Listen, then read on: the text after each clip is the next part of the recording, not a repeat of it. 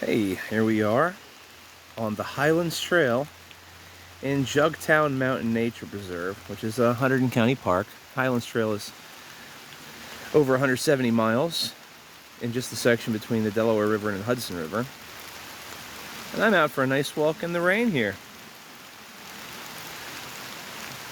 This was a great time for me. I worked on a lot of this trail when it was still being developed. Jugtown Mountain supposedly takes its name because of the booze that they made up here. It was an applejack called Jersey Lightning. But this area that we're in now is more associated with the iron mines. Oh my, there is one there. So, these mines go back to about 1868 when William Swayze first opened them. Now, William Swayze is actually the same family as actor Patrick Swayze. Supposedly, I'm related to him somehow. I forget exactly how that worked out in the family tree. But, Swayze opened the mines, and they produce high-quality ore, and then closed in 1889. Actually, between those two dates, I believe it closed again and then was reopened, and then finally closed 1889. But then again, it opened again briefly in about 1939 for some of the World War II need for iron. I'm very thankful for the Highlands Trail has been cleared very well here recently. So this area is ripe with some historic ruins of its iron mining past, but this time of year when you come out here, it's easy to miss some of it. Some of it you just can't miss, like what we're coming up on right now. This right up here straight ahead is called a tailings pile, right next to this old mine pit. Deepest mine that was up here was 75 feet deep. It required a tramway to get the ore out. There's the tailings pile and the mine hole. The cool part about this section of the Highlands Trail is it goes really close to some of these old mine holes. Here's one right here. Here's a beautiful giant old oak tree. I think it's an oak anyway. It might be a poplar. No, I think it's an oak. I can't tell in the rain.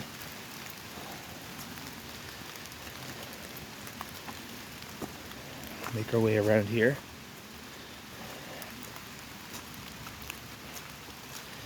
So the mines were opened again in 1939, but then closed soon after.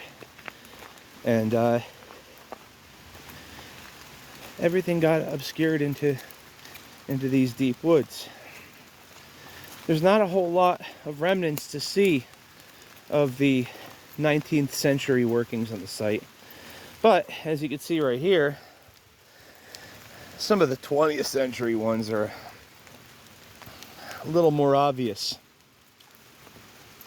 as you start making your way through. Sassafras tree here growing out of that. Now, have a look right here. Kind of obscure, but right off the trail, this big pit here. This was part of the scales for trucks when they were taking the ore out of here. This one comes real close to the trail right here, see? Watch your footing there. But yeah, this is what's left of the scales out in here. There's more to that too, but you just don't really see it. So, you know, looks like we're just walking through the woods. Not much to see here. But if I were to pause right here, let's look over in here. There's a couple more foundations out in these trees over here. And of course, more in the trail as well.